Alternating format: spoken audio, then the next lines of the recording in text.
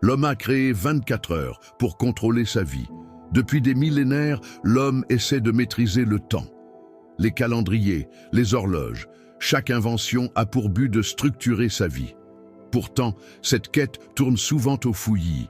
Les premières civilisations inventent des calendriers, recalibrant les saisons. Étrange paradoxe, chaque avancée, au lieu de simplifier, complexifie notre rapport au temps.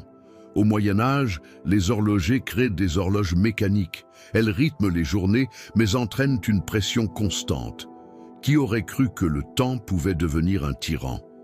Aujourd'hui, même avec tous ces outils, le stress de la gestion du temps est omniprésent. Les recherches montrent que l'homme a perdu près de 30% de ses loisirs. Le vrai choc? Malgré toutes ces heures chronométrées, l'être humain a souvent l'impression de manquer de temps. Cette pression, exacerbée par les réseaux sociaux, nous pousse à valoriser des moments très éphémères, dévaluant notre présent. Le temps, cette notion si précieuse, devient un bien de consommation. L'angoisse de ne pas être à la hauteur se propage. L'humain modifie son rythme, se perd dans un tourbillon d'activités. Chaque fin d'année, la tradition des résolutions. Se promettre de mieux gérer son temps, d'en profiter. Une belle intention, mais combien y parviennent vraiment? Chiffres à l'appui, 80% abandonnent leurs résolutions dans les 6 semaines.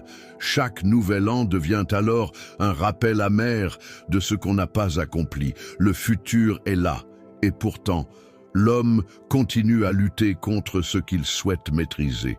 Peut-être que le véritable défi pour 2026, c'est de réapprendre à vivre le temps plutôt qu'à le compter.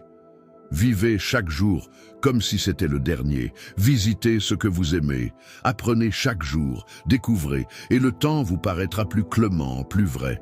Merci d'avoir écouté jusqu'au bout. N'oubliez pas de vous abonner si ce n'est pas déjà fait. Et d'ici là, prenez soin de vous et de vos proches.